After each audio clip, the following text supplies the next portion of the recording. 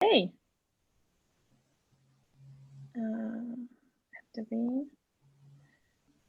Oh, we got some other people joining. I just think I'll just give a couple of seconds or a minute for the attendees to join us in Zoom as well, and to give them the technical points.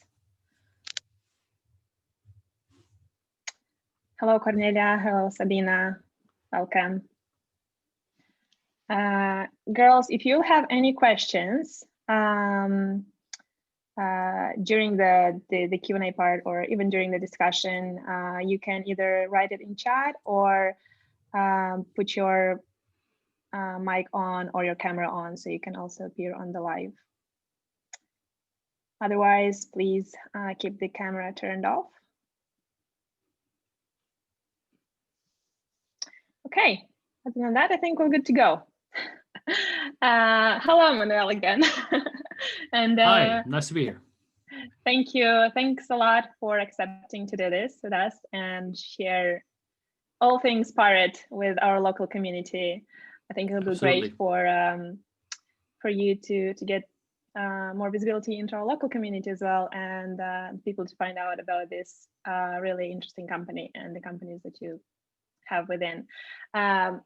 But to begin with, I'd like for you to tell us more about yourself as a person, as an entrepreneur, your entrepreneurial journey, and why you do what you do, really, because you know, obviously I know you guys. I've been to the Pirate Summit. I know the culture you're bringing to the events and the communities that you bring and the values you live by, and I'll also like for you to share that with our the people who watch us. Absolutely, glad to. So really nice that you invited me, and super glad that I can be with your community just like this now, without traveling. Remote events also have their upsides, right? Yeah, actually, because I remember when we tried to get Till to Moldova, it was like he was only been for like 20 hours or something. It's really on the yeah.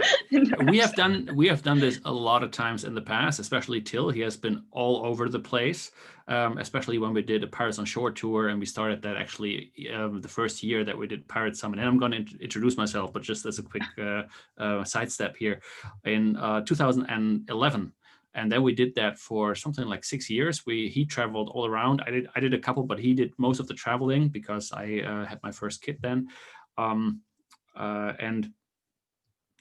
he was, I don't know, he did something like 40 events in 60 days or so, and he was all over the place. So it was really one city, then next day, next city, etc. And then a week back, and then again a road trip all around Europe, and then he has been to Iran, etc. So it was, we have seen, or he especially has seen a lot of local communities, and he always spoke highly of you, and of the. And I very much appreciate that he found the time to visit us in his very busy schedule. Yeah. So maybe quickly about me. I always wanted to become an entrepreneur. So always means first idea was something like when I was 12, 13, 14. But I was not the typical entrepreneurial kid that was selling lemonade on the street, etc. So I was not really an entrepreneur. I didn't come from an entrepreneurial family, but I always wanted to be independent. And I didn't even know what entrepreneurship meant back then. But I wanted to be my own boss, and I wanted to do what I wanted to do. I wanted to create something, build something, etc. That was something that I had from very early on. And my first company I founded in 2003. And then from that followed several other companies, and I always wanted to do something more than just making money. I wanted to really just create things, create organizations, build companies that had some meaning to them, and always companies that I wanted to work in myself, and always was very focused on building the right culture and stuff like that. sometimes even forgetting the market. So that was not so. In 2008, right before the crisis, I founded a recruiting startup. For example, then we went into the crisis, and we focused a lot on building a product and getting the culture right. But we totally forgot the market. It was just it totally failed. And in 2010, I met Till, and we started. He asked around, and there were a couple of students, but it was his initial idea. He wanted to create a conference in a small town in Germany, and he asked around to some more experienced entrepreneurs. He ended up with a couple, also with me, and we advised him, hey, let's it's a great idea, because back then there weren't that many conferences around, and we told him, hey, let's go to a little bit bigger city. That was Cologne then. It's not the biggest city in the world, but it's the fourth biggest city, I think, in Germany. And that's basically where the pirate origin started. And the name came from a Mike Arrington TechCrunch post, which with the title, "Are You a Pirate?" It's written on the 31st of October. So basically pretty much 10 years ago, it was written there, and where he compared pirates with entrepreneurs, and that they are a little bit, they have a little bit a weird perception of risk. Pirates are pirates because the likelihood that they not end up rich is very high, the same as entrepreneurs, and it really spoke to us, and that's why we call it Pirate Summit. And then from an event with volunteers over the years, in 2014, we built a company around it and made it a little bit more official, and said, okay, we want to really make this work because we think that this is something worthwhile or valuable. We never wanted to really make money with it, and that's how Pirate basically grew, because nobody else did it. We just decided this is something that we think the startup community needs.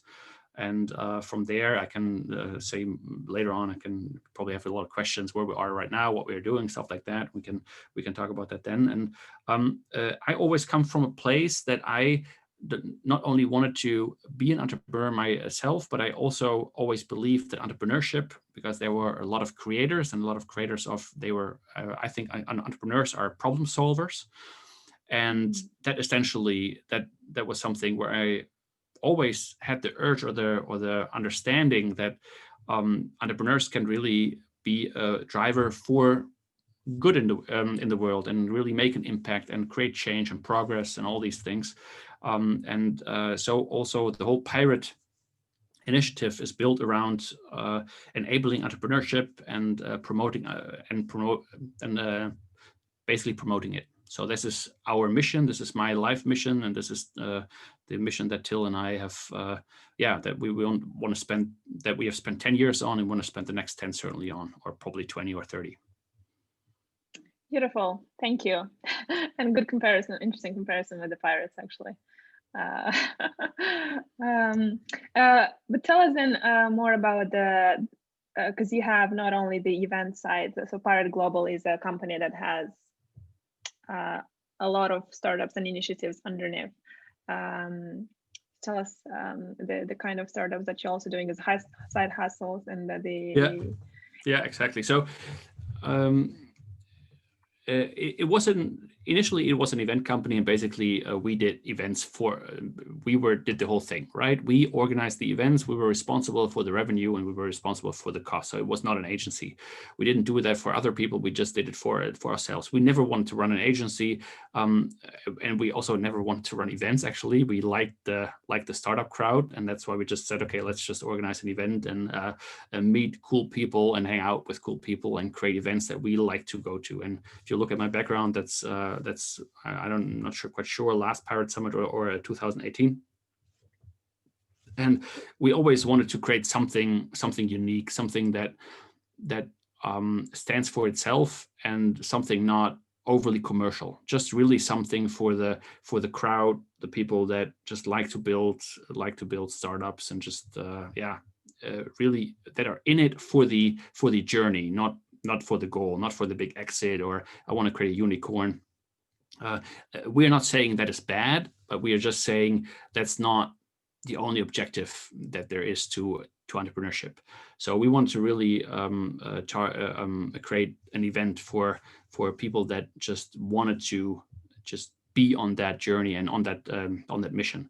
And around that, we from very early on, we are around entrepreneurs, and with a very tight network, and we see a lot of new startups, a lot of technological development, etc. Since certainly 2011, and I since many years before, and we just saw a lot of cool stuff happening, and all of a sudden, because we're also entrepreneurs, or at least that's what we would think of ourselves, then we also saw opportunities and just created services or products that we believe that the ecosystem needed, or that were valuable to startups. And then we saw that as we're not only doing events, that we're doing other stuff. Then we saw that we are outgrowing ourselves, and then the company Jolly Roger, which is the name of the pirate flag, that's the name of the company, became more or less something like a holding company.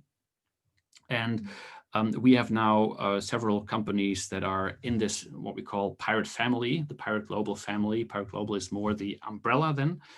And we have an event agency, we have a software agency.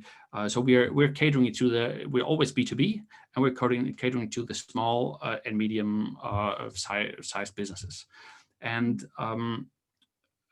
we always saw ourselves as basically a training ground for entrepreneurs. And so we put certain people that we trust, or people that are very ambitious or motivated, we give them the opportunity to have something like a safe haven, if you will, where they can try out their ideas or our ideas, and just experiment with entrepreneurship, and do that half a year, 2 years.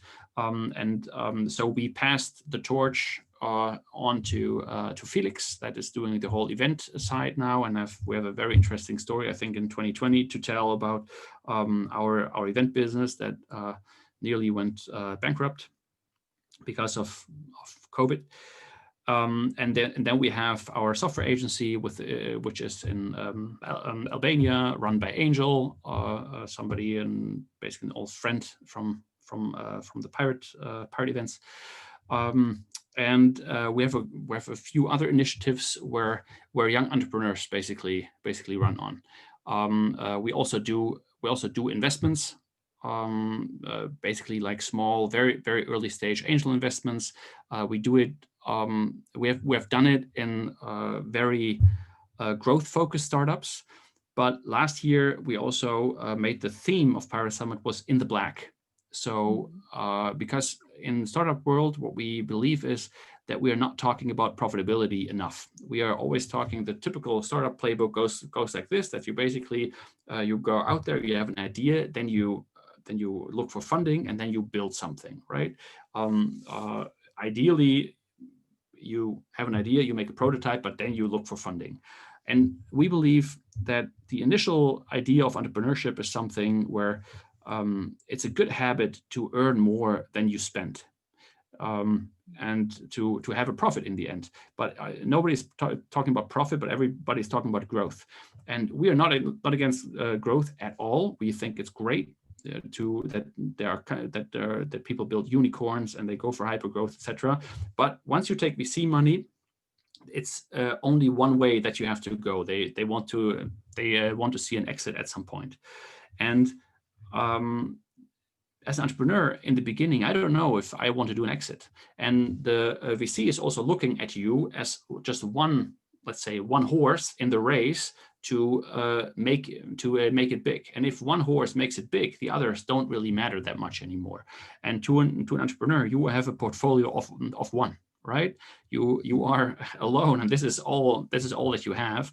And so we focus right now. We focus more on building products that might not have hyperscale, that might not have growth, but that have very steady, that are fairly stable, very steady, and that have just profits. And that for us, we see ourselves as permanent capital. We want to stay in the race. We want to stay in the game. We just don't want to go want to keep on playing, right? And we have a very long-term focused view on this, and this is essentially what we do with Pirate now. So we turned it more from investing into venture cases that are more risk but potentially more opportunity, into more boring businesses, if you will, smaller things. We have a networking app, we have a job board, we have a coaching thing. We have a couple of other stuff that we haven't announced yet that we are doing in the remote event space, where we're building I think I've lost products. You. Is it just me? Can't hear you. Okay. I can hear you very well. Can you see me? Can you hear me? I can hear you, yes. Oh yeah, I can hear you now. I can hear you, Bob. Oh, okay, it's my I think it's my connection, internet connection. Sorry. Okay. So I could all good. So I could hear you fine. What was the last thing that I said?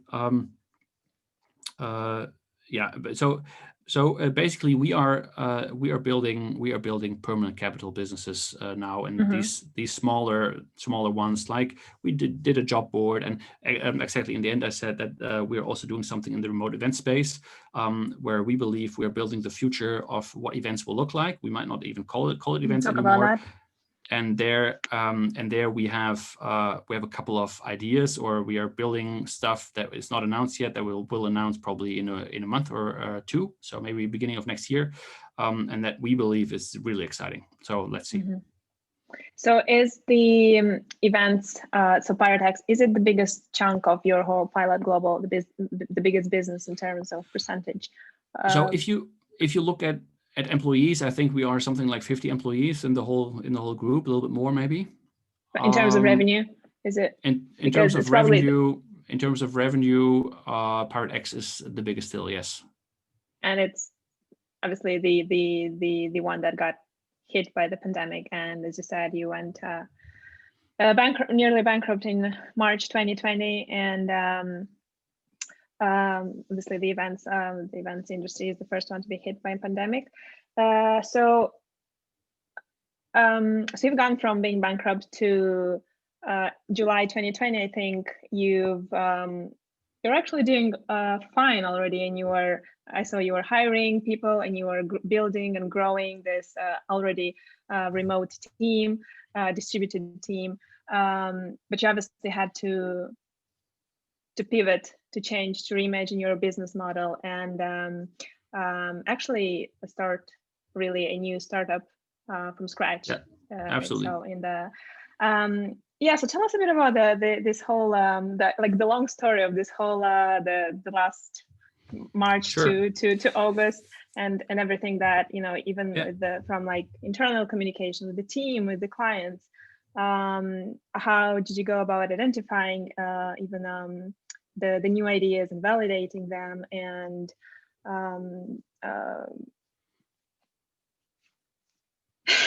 yeah, absolutely. So let me start with, I need 2 minutes to explain something else, and I'll get back to that in a little bit. Because that's the most crucial part of the story, I think. So we built in Pirate, a company that we want to work in. We believe in entrepreneurs. That's what I said, right? So that way, we also said we want to build a company that is very entrepreneurial and that lets people develop their own, let's say, entrepreneurial skills while they grow, and even if they are not the captain of one of these products or services or one of these ships, right?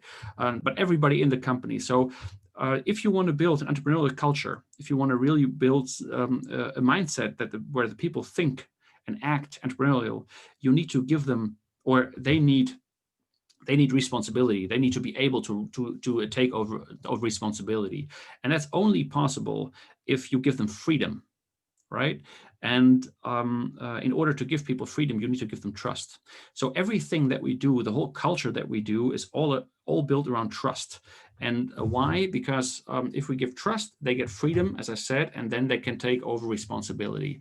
So it's not about everybody does what they want, but it's really about, okay, we give you freedom, we trust you, you take the responsibility, but then you're also really responsible in the end. And that reflects in our culture in certain values. We don't count vacation days. We don't count time, right? We are very output driven, right? We are not input driven, because in a creative environment, you cannot measure time, because time does not equal productivity. Not like in the industrial space where you have a factory where you say, okay, if I give a certain time, I get a certain output. That's not the same case in the creative space. Work was always something that you do and not a place. So people could work from anywhere when they wanted, because they had to take over responsibility, and especially they had to take responsibility for themselves, to organize themselves. And then we wanted to build a culture that is not reliant on politics, on hierarchies, on status, and these kind of things. We don't do titles at Pirate. Nobody has a title. You can choose a title and be that if you want to be to the outside. There are certain titles you shouldn't take, like saying you are the founder, right? That's just like weird if you are not the founder. But otherwise, that's how we do it. And one of the most important principles is leadership is defined by a followership.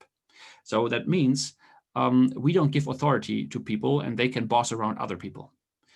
Because if you don't have followers, then you are not a leader.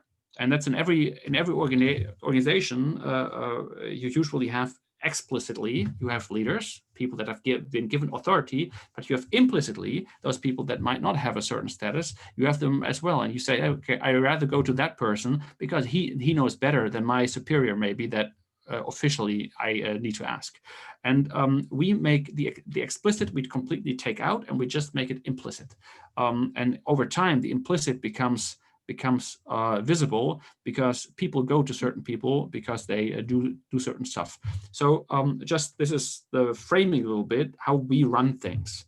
So then all of a sudden, that is covering my that was covering my next question about your culture, really. The culture I can dive really deep into this. So it's totally happy to discuss more. But it's really important to understand this external shock that we then had, because in March, I mean, we were aware of the situation in China somewhere in January, and we were worried because we had an event here in Cologne. Cologne is one of the biggest carnival cities that nobody knows, but it's the biggest carnival with 1 million people coming into the city.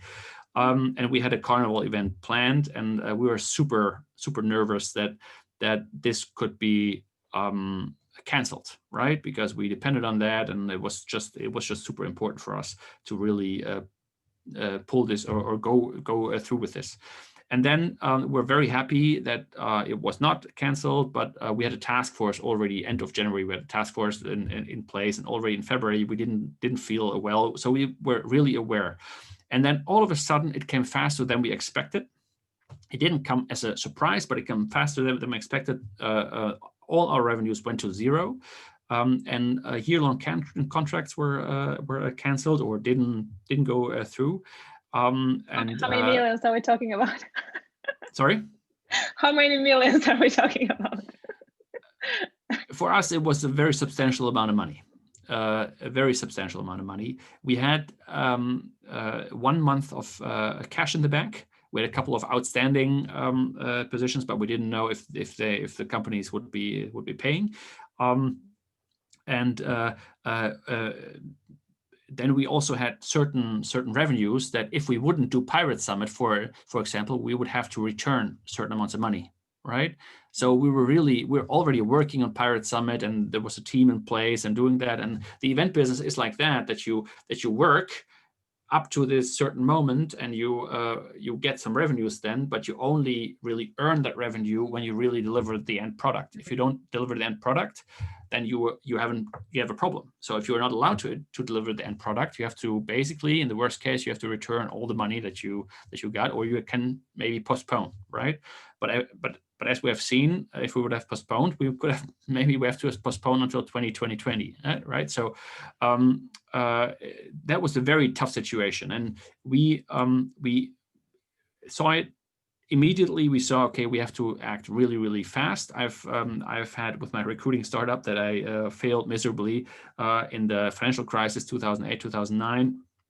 I already saw that. I was very close to the crisis in the .com crash, where I was not an entrepreneur myself, but I had friends that were, and I saw what happened, and it was crazy. So I was a little bit. I knew how a crisis feels, and we immediately did what we did. We said we are going to plan for the worst. Absolutely, and we hope for the best, of course, but we are going to plan for the worst. And the first thing we said was, hey, everybody, team gathering, hey, everybody, we believe we won't be able to do any physical events this year anymore. We don't believe, and that was crazy at the time. That was a completely crazy idea. But we said, okay, it might happen, and that would be totally fine, totally great. But we need to have a plan if that is not going to happen. So essentially, what we did then, we told everybody to stop what they were doing, and we took 1 week of just thinking about what we could come up with, because we basically said, okay, we have zero revenue. We have, I don't know, we had something like 18 people or so at the time working with us. We don't know what to do. We had a great year planned. Everything was planned out. Everything was financed. Everything was stable. It wasn't great, but it was totally fine. And that was an event. We had planned for a lot of stuff that big sponsors or big partners would break away, stuff like that. We hadn't planned for zero revenue. I mean, you cannot plan for a pandemic, or at least it was not on my mind. So we put everybody together. We had a very tight communication at the time. We had a morning check-in. We had a pacemaker, so a task force or several task force, always with a pacemaker. They said, this is the target for today. We don't stop until we reach that target. We had a lunch break because everybody was also nervous, where you got everybody together, and in the evening we had to check out, where everybody just said, hey, this is what we achieved, this is what we need to do, this is what we're going to look into, with a target starting on Monday, and on Friday to have 1 day of strategy. Remember, this was during a lockdown, so we were not allowed to go outside. This was completely remote. Everybody was nervous. Nobody knew what was going on. Everybody had to get used to things, and we came up with then a strategy, a couple of MVPs that we wanted to build, which we then also built in the next weekends, and to shift the event business. What was at that point was 80% our own business, so our own events, and 20% agency work, to 100% or 90% agency work, and completely remote. The thing was that we had the strategy session, and we, as a management team, that was our best proposal that we came up with, and also the team said, yeah, we don't have a better idea. But in the team, nobody believed us. Nobody believed us. They were saying, they're crazy. Who is doing remote events? Nobody likes that. It's sitting the whole day in front of a computer. It's complete and utter nonsense. Why are we doing this, right? But because of lack of other or better ideas, lack of bigger ideas, especially because we had some smaller ones, but we needed a big idea. People said, okay, we have followed you the last time, so we are following you now, and we are even a little bit unwillingly, maybe,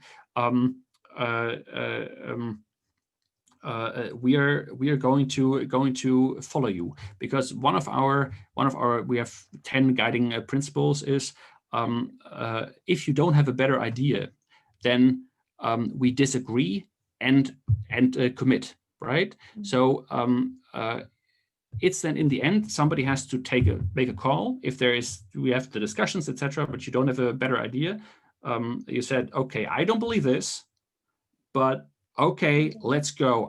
I support you 100% of the way, right? And this was also something that helped us. And then we had 1 month where everybody pulled together. We wrote a book on remote events, a guidebook. Just we didn't have any idea how to run remote events. We just said, okay, we're just going to learn, and we write the book about it. Then we set up a certain MVPs, like the job board, a remote event platform, etc. So certain stuff that we wanted to try out. We were fairly loud during that time, so we helped other people through the crisis, and because a lot of people were in pain at that time, and then we sent everybody home basically, and just left with a sales team, and they had to sell via the guidebook that we had written. They had to approach customers, and all of a sudden,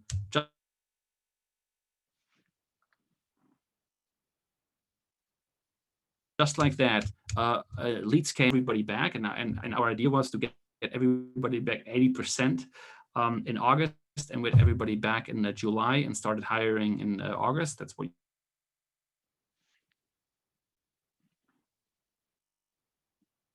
you said in the beginning. So 3 months, basically, I'm not quite sure, but I think we have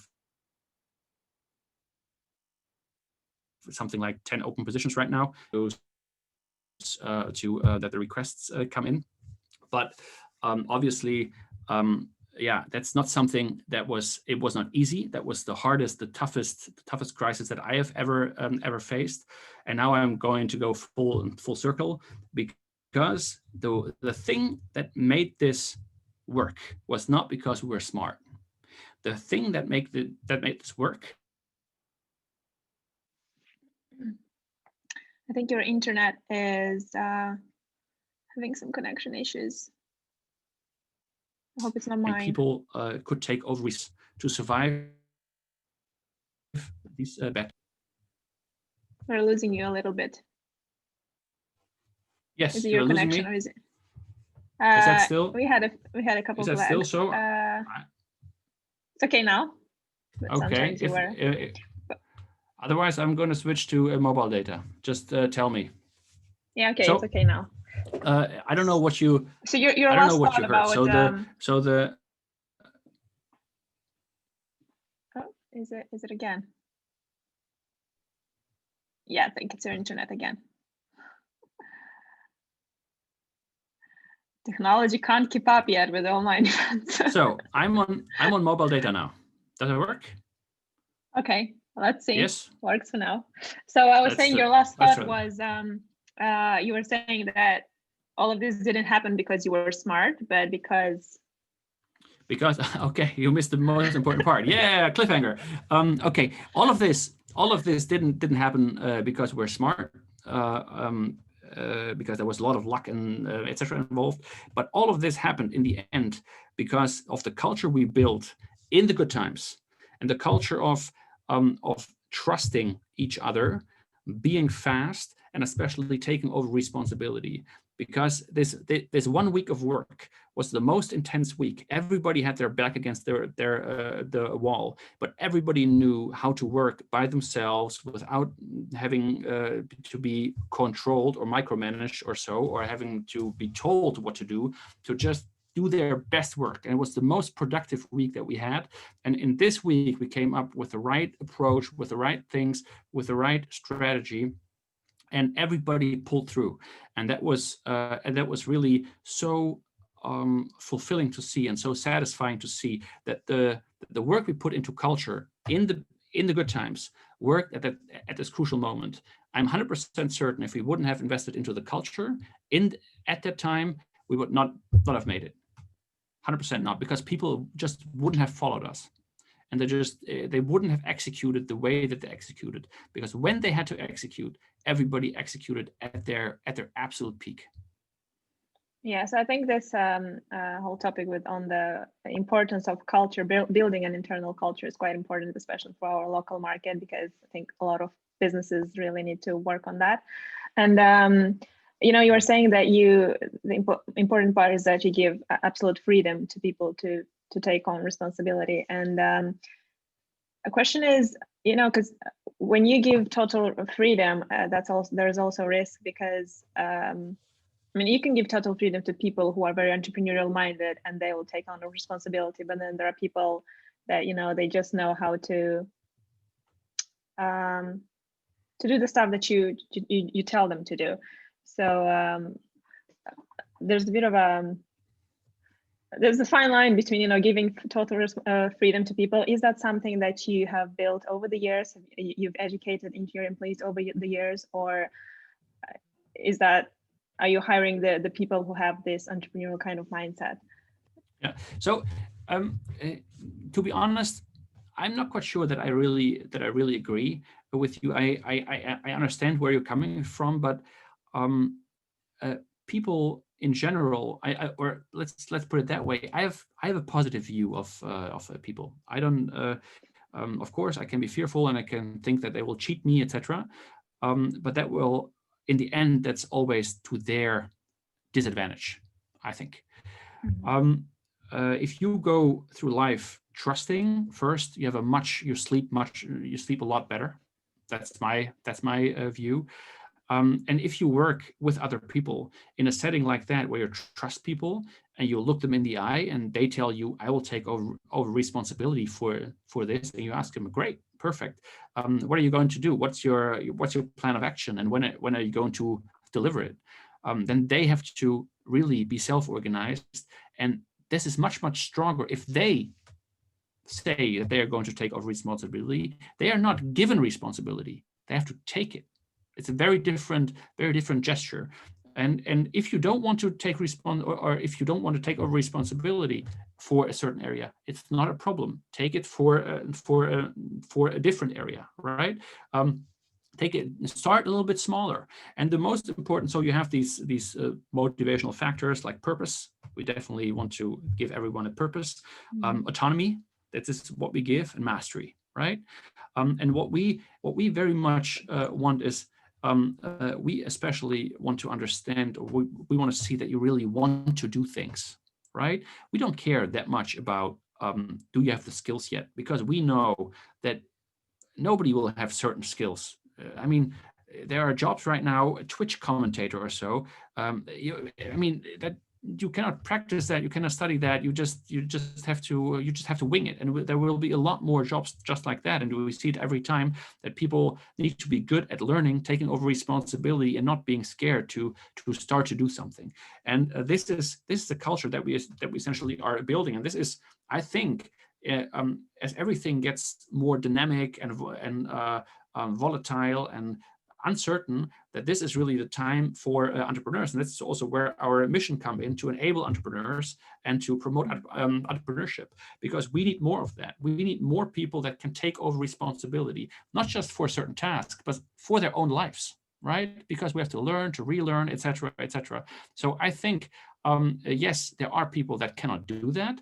But why? Because they have never been given the trust, I think, to just say, hey, go at your own pace. Because we don't say you have to be a certain thing. Everybody is there, and let's look at this together. This has to be done. Who can do what? It's just like if you, I don't know if you sail, but if you are on a sailboat, certain things just have to be done. And it's not like, oh, I don't want to do this. And it's just like, it's a journey together. And everybody needs to do their part and needs to take over certain responsibility. The main important thing is we give the trust unconditionally, right?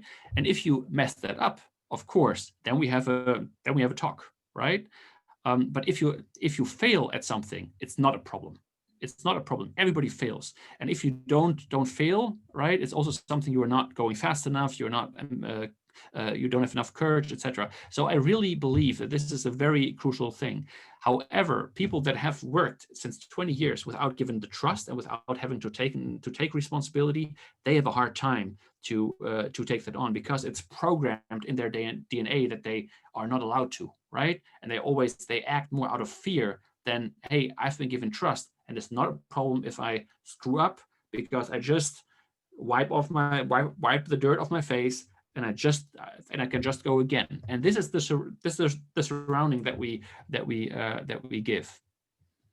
Yeah, I think that's the whole thing with the understanding that failing is okay. It's something that we really need to work locally and to get people to understand, because it's not something something with it's not something that we were raised with, and not something that we're not taught that failing is okay and you just move on. So that's yeah, it's a long way to go for us. Did you do anything else on, was this enough for this whole culture thing and giving full responsibility and freedom to keep the team motivated during these times? Well, this is an excellent question. I to be honest, this is something which still which is still hard to for even for me to understand, because the team were super motivated. It was crazy. What we did was, what we always do is, we have one of our guiding principles is that information should be available to everybody by default, right? Everybody should know basically everything. So the only thing that we haven't done at Pirate, and we are still always pondering about it, the salaries are not transparent to everyone, but all the revenue is transparent, all the costs are transparent, how much money is in the bank, everybody knows, right? And everybody also knew that, okay, we are screwed here right now, right? Because there's no revenue coming in, and they know the bank, how much money is in the bank. And so but what we did was, and this can create uncertainty, right? This can create, oh wow, will I have a job tomorrow? Will they be able to pay me?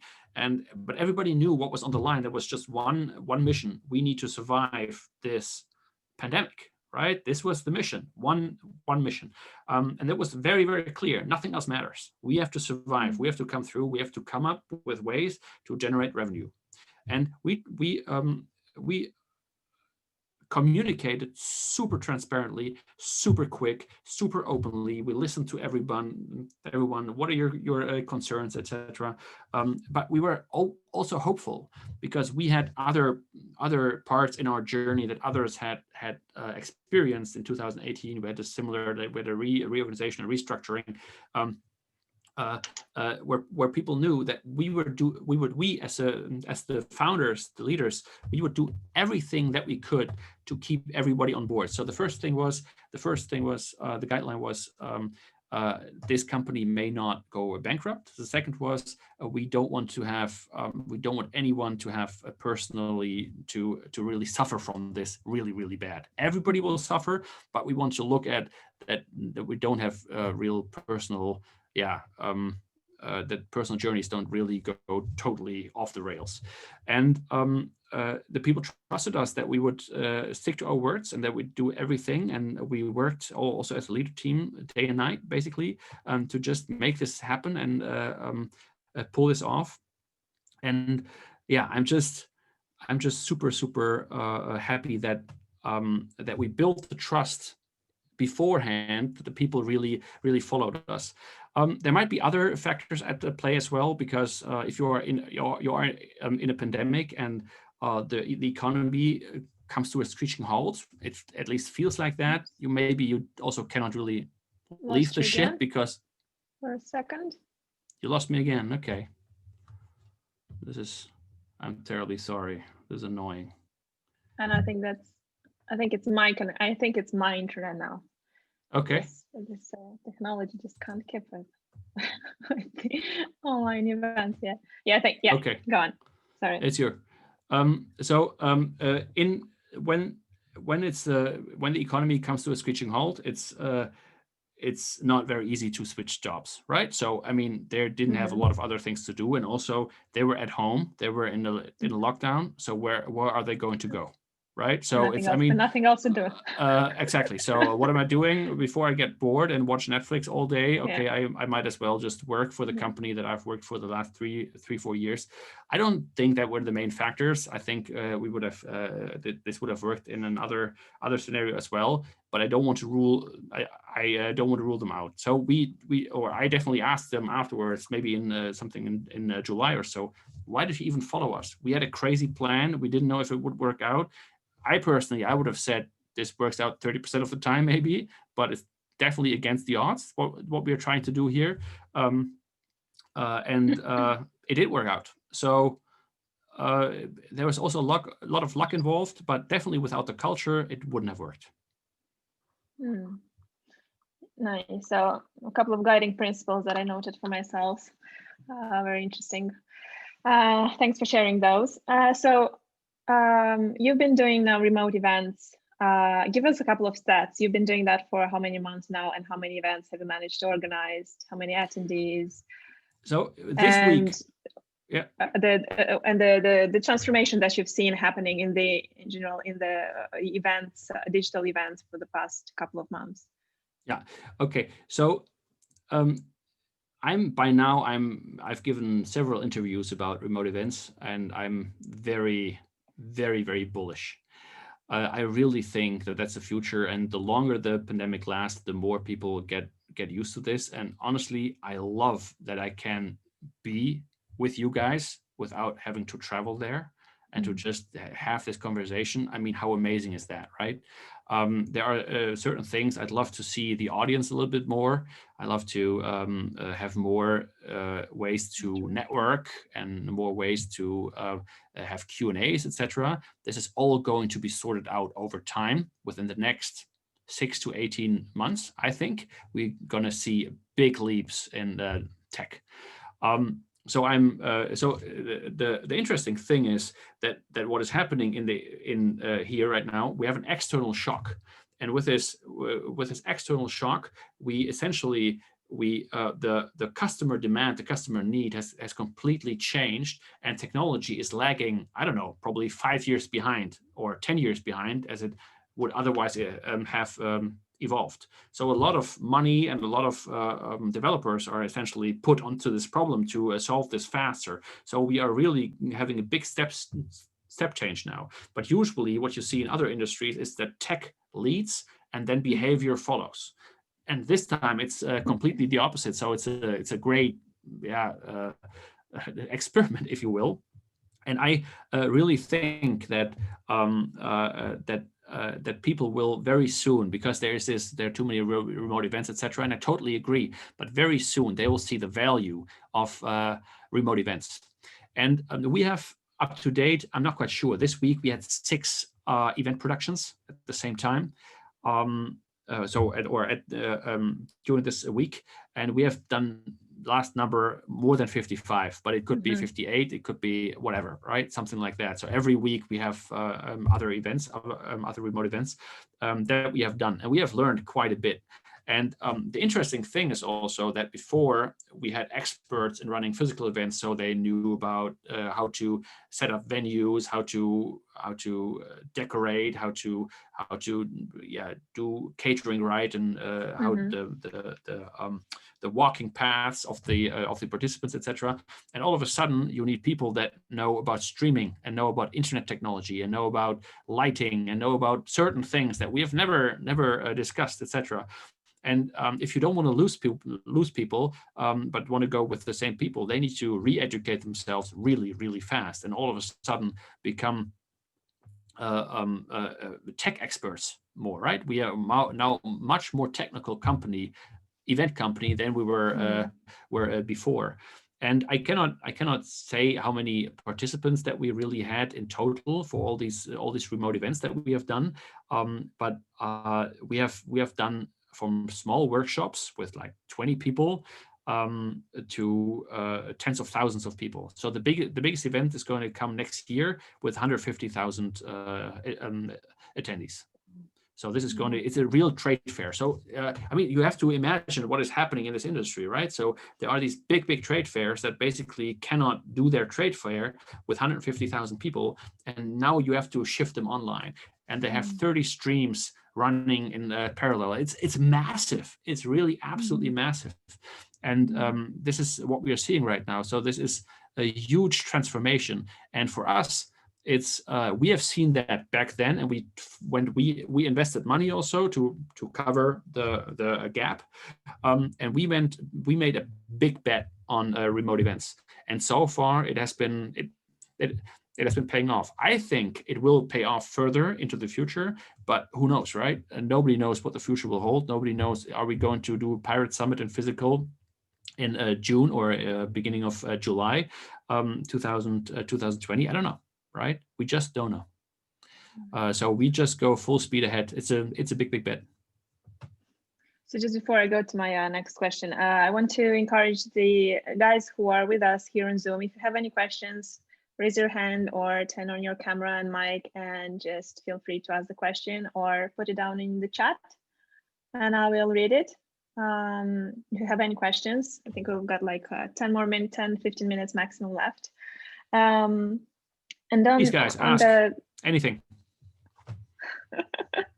Anything. Doesn't have to be related to the topic even. Whatever, yes.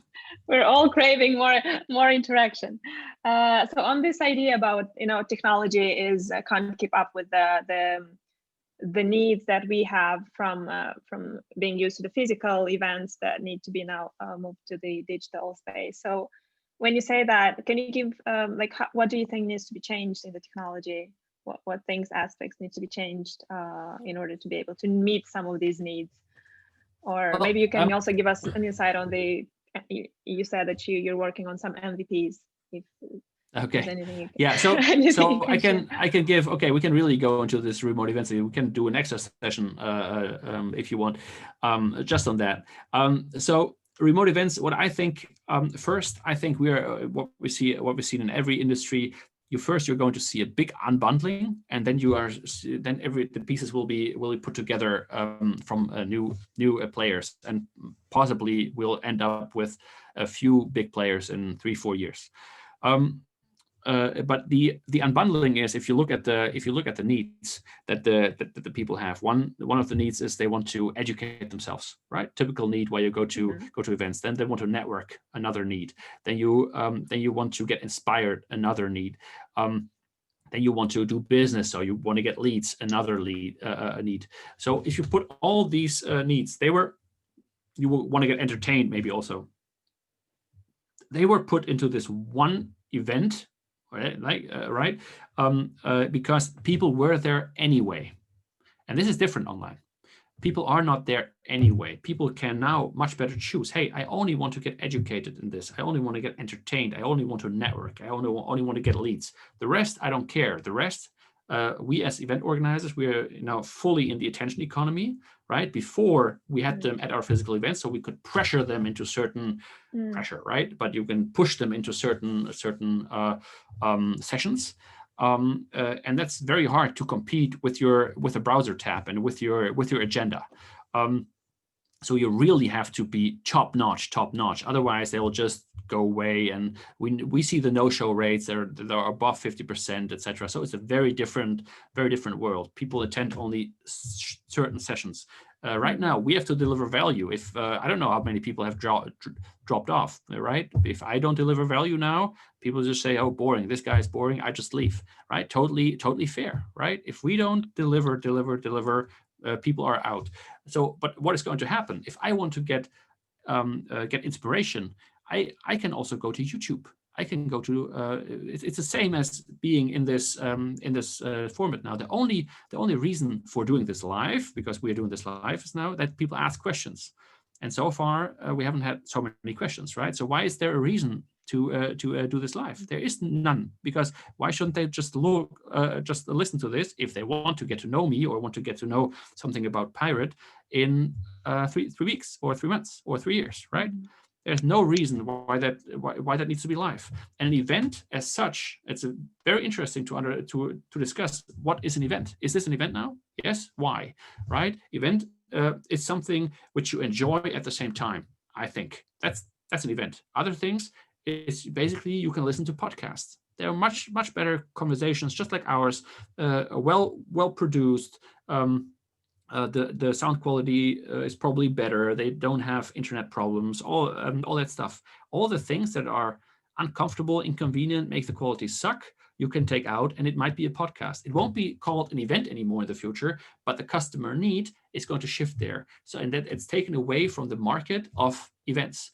And the same things you will have for other things as well, right? Lead generation might be a completely different game. If you go and look at review sites or so, they might do give you a very different insight into certain products, etc. Why people go to trade fairs to see all the products at the same in the same space, etc.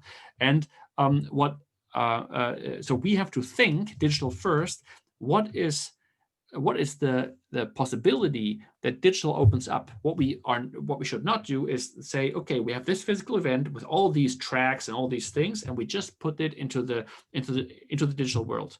That's not, because then you put something that works well in physical, you're going to put it into digital world, but you're not optimizing for the digital world. So we really need to optimize there. And if you think about certain things, and this is what most event or all event platforms still lack, is the networking part, because networking right now, it's just not nice the way that we have it now. And also the big sites, they don't do that well. That's why we built IntroChat, because we think we have an idea about networking. We're going to start very basic, and then we want to evolve. And there are a couple other players that do the mingling online. That's what you basically lack. So the chance encounter at the bar, right? That's what you don't have online, and we need that. And that's an experience that we need to get online, and that will be much better, because I can ask certain questions, I can match much better online, right? People said online dating is not something that they want, and there's still a lot of people that don't like it, but it's very efficient. You may say about it if Tinder is great or not, right?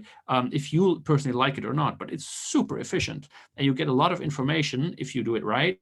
And different platforms do different approaches, but it really is. If you people would never thought they would buy shoes online, right? Oh, I want to touch it. I want to try them on. But now you have Amazon and all these stores where people just shop normally, right? And so there is a big change, and it always follows convenience. Convenience always wins. And this is something where this is one of the big things that we believe, that the event space is going to look very different. It needs to be much more convenient, and it needs to cater to the real customer needs. One other big assumption that we have is, and now I'm going to give this away, what we are building a little bit. We don't believe that events are the future, but the future is communities that have events in them, right? Communities that also organize events, but this is perceived not as an event, but as a community that at times has certain elements that we today see in events. So it's going to be more a process, like a year-long process, and not a one-time thing. So imagine, and this is not what we're building, but imagine a pirate summit the whole year long, and not once a year, right? And we're doing something like that in a different industry. And it will be membership based. It will be subscription based, and it will not be a one-time fee. But all the events that you are going to attend will be free, and all the content that you get and everything. Interesting. Well, I already feel like you were having this community thing with the Pirate Summit anyway, even though it was one thing a year. You're sort of keeping the communication going through emails and everything. So yeah, interesting. Really looking forward to it, how it's going to evaluate, because I really miss real connections. I can totally relate. Yes. More connection. I can totally relate. Guys, if you don't have any questions, I'll just ask my last quick question, and then I guess we'll finish off if nobody else has got any questions. I would love somebody to pitch their startup idea. If you don't have a question, pitch your startup idea. Anything that we should have promoted. We should have communicated that you have this opportunity. I think we have somebody here from. We have Yulia. We have Yulia from the accelerator. Yulia, are you here? Do you want to do a elevator pitch? Yes. I think she just let the Zoom on and hello. She went to... Hi. Oh, hello. No, hi. The thing is that, I mean, I can pitch, but I'm walking, so you won't have the video, and I can only speak, and that's the problem. I think that'll be really? great practice for you. Great exercise. Yeah, thanks. No challenge. Okay, so yeah, just give me a second. I'm gonna stop. And do you want to turn your camera on as well? I mean, I can turn the camera on, but you will only see my face and not the pitch, actually, because I'm actually talking from my phone. That's what we need, your face. Okay, let me try this. I hope my battery allows for it as well. Okay, so sorry, just a second. It's the phone thingy. Yes, hi. Can you see me now? Hi. Yeah, we do. Hey. Hello. Yeah, so hi, thanks for a great presentation. Yeah, so let me start. The startup that I'm gonna present to you right now is called the Plazas. This is an educational e-learning platform. The mission is to cover the gap in the education system, non-formal and formal, for emotional intelligence and empathy. So what we're looking for is to build a community, first of all, of professionals from various fields, such as trainers, coaches, and mental health specialists, but also a community of customers who will be benefiting from life skills trainings, but built on the methodology of promoting resilience, stress management, crisis management, building mindful behavior, rather than just a skill that they can click on and off when they need it in their professional or personal choices. So we're a team of 3 co-founders at the moment, and some of the potential trainers and mental health specialists will be joining us. We've launched this week, actually, with the awareness raising campaign with a blog and a podcast, which we released just today. Yes, the first episode. So what we're going to do is use the first couple of months for awareness raising to tease the audience, to attract the audience into our idea. And then we'll start promoting the courses and hopefully get into the business, in this startup business. I'm sorry, this is the best I can do from the street where it's raining and I have no pitch. Totally fine. I mean, I love this kind of pitch much better than slides. So basically, I think it's a very smart approach that you are building an audience first and a community first. If you have built the community, there are a lot of ways how to monetize. What is your current idea? So currently, what we're doing is building the B2C model.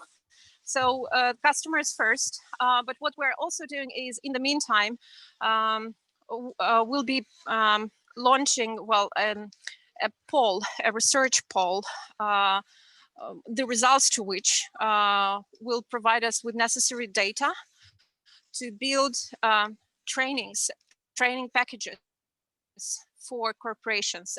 Sorry, that was the battery, so I don't know what we heard last. No, what we're going to do is use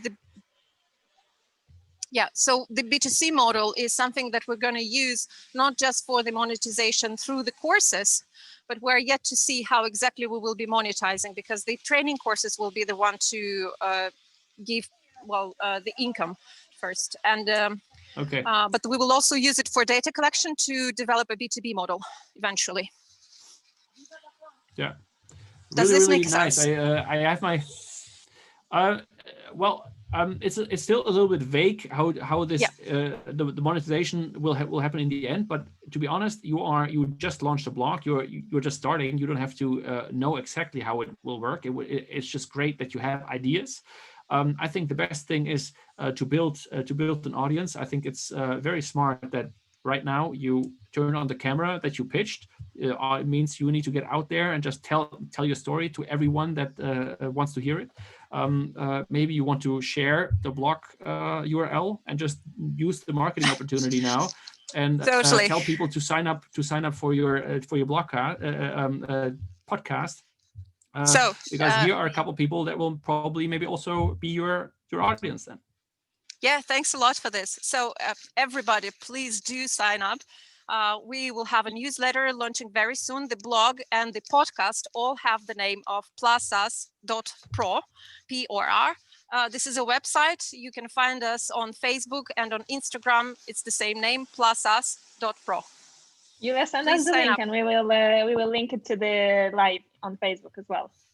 Yes, I can do it right now if I. Yes, and now in a message, on Slack, I think. Whenever you can. On Slack, Thanks probably. I'll do that on Slack. Thank you for challenging me. I was happy to accept it. Well done. Good luck. Yeah, thanks. Thanks a lot. Bye. All right, and we'll wrap up with my last quick question that I actually stole from one of the emails that I received from Prior Global. And that was saying, what would you tell your pre-COVID self if you could give yourself a piece of wisdom? What would it be? Say it again. What would I tell who? Your pre-COVID self, if you could give yourself a piece of wisdom. Lulia, I think you have to turn off your mic. Oops. Yeah, sorry about that. No problem. What would I tell myself? So, to be honest, we did a lot of things right, but I would have wanted to react earlier and quicker. We needed to even harder, even more pessimistic, and even bolder from earlier on. If you see a pandemic there, if you see the exponential numbers of cases rise, as a startup person that has seen how businesses grow, how network effects work, you need to understand that this, once it's out of China, it will go global. And the reactions and the pictures that we saw out of China, we were just like, oh, it's far away and it's out there. It's just logical that it spreads around the world if you don't do anything about it. So I think we should have acted harder and faster even than we did, but we did a pretty good job preparing ourselves for this kind of black swan moment. So for this complete non-plannable event. And I think once you have been through several crises, you know how it feels. And there was not a day during the crisis that I didn't sleep well. So I really slept well, and that was it feels like I've been prepared through my entrepreneurial career for that moment. So there's not a lot that I would say myself than just to I'm very thankful for the failures that I've had, for example, 2008, 2009, where I failed bitterly and did a lot of mistakes, which I didn't make this time. And that was, I probably, if I wouldn't have had those lessons, I might have not slept well, because back then I didn't sleep well. Mm-hmm. Mm-hmm. Okay, I think this sums it all up really nicely. And we're already 10 minutes past, so I won't take any more time of yours. So thank you a lot, Manuel, for accepting to do this. Hopefully we'll be in touch again soon. We've got other initiatives here in our local community with the early stage startups. And if you will be available and we can get you involved.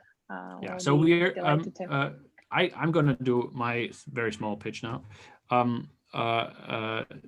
Just as I can just say thank you. We have done Pirate always to bring the pirate spirit to local communities around the world, and to just promote this journey as entrepreneurs to everywhere, because we believe that entrepreneurship can really, if done well and with a positive intent, that it can really make change the world for the better. So if you are thinking about becoming an entrepreneur, please do so. We'll cheer you on along the way if you want. And if we are back to physical events, then you're very welcome at our Pirate Summit or any other event that we do. Please connect with me on LinkedIn if you want, of course. And if you want to come, then also write me, and we'll figure something out how to make it work, because we want people from countries, from all countries basically, to have a very international atmosphere. You find me on LinkedIn, you find me on Twitter. Yeah. So I can just say I'll always be back. If you ask me to come back, I'll just be back. We can do another session if people later on write you and tell, hey, I want to hear more about remote events or culture or whatever. Just hit me up. I'm very, very happy to do this. Thank you. Thanks a lot. Definitely hit you up. Good.